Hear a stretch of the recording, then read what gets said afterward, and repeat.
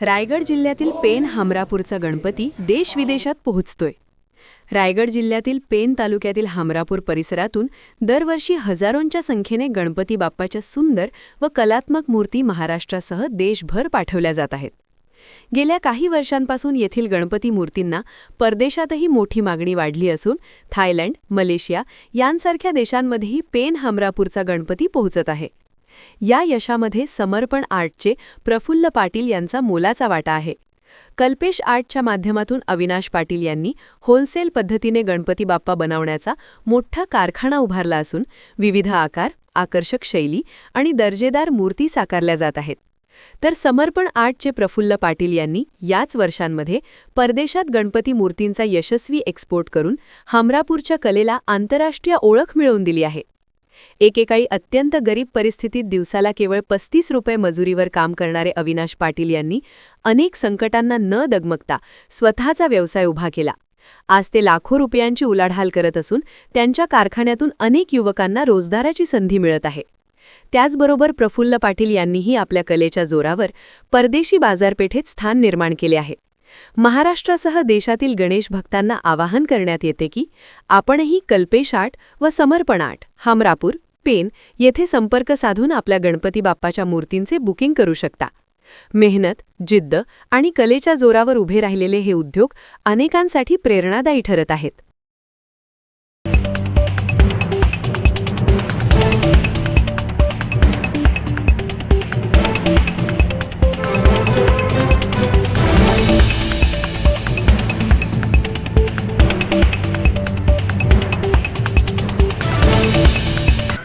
माझ्यासोबत आहेत कल्पेश पाटील जे आहेत, यांचा हा कारखाना आहे आणि सुंदर प्रकारे त्यांनी अशा मूर्ती बनवल्या आहेत। आपण पाहू शकतो की बघा या ठिकाणी मूर्ती बनवली आहे। आपण अनेक वेळा गणपती जी का आपण घेत असतो त्यावेळेस आपण म्हणतो एवढी मूर्ती महाग आहे, या सगळ्या गोष्टी आहेत, पण ह्या मूर्ती बनवण्यासाठी किती कष्ट करावे लागतात आज आपण या ठिकाणी पाहणार आहोत। माझ्यासोबत कल्पेश पाटील आहेत। काय सांगाल कशा प्रकारे ह्या मूर्ती बनवल्या जातात, काय सांगाल आपण?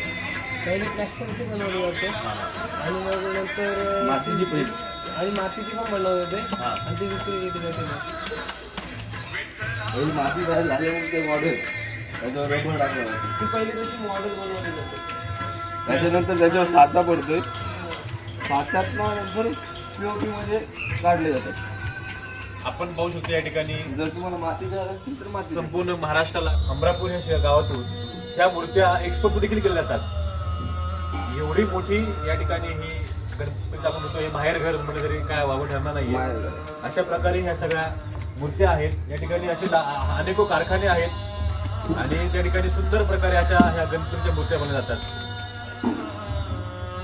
नक्कीच हे ज्या काय याच्या पाठीमागे जे काही अदृश्य हात आहे हे असेच अदृश्य हात आपण पाहू शकतो। संदीप अक्षय पाटील जे आहेत ते कशा प्रकारे गेले 15 वर्षापासून हे त्या कामात आहे। गणपतीची मूर्ती बनवतात। आपण पाहू शकतो यांची स्पीड किती बघा। किती वेळामध्ये तुम्ही मूर्ती बनवताय सर? अर्धा तास। अर्ध्या तासामध्ये एक मूर्ती बनवतात। अर्धा तास याच्यावर जातो, नंतर परत 15-20 मिनिटं जोडायला जॉईन करतात। म्हणजे बाकीचे हात वगैरे म्हणजे पाऊण तासात एक मूर्त पूर्ण तयार होते। बघा हे अशा प्रकारे हात असतात ते जोडायचे असतात आणि सुंदर प्रकारे म्हणजे या ठिकाणी जर तुम्हाला होलसेल रेटमध्ये जर गणपतीच्या मूर्ती तुम्हाला पाहिजे नसेल तर आपण पाहू शकतो बघा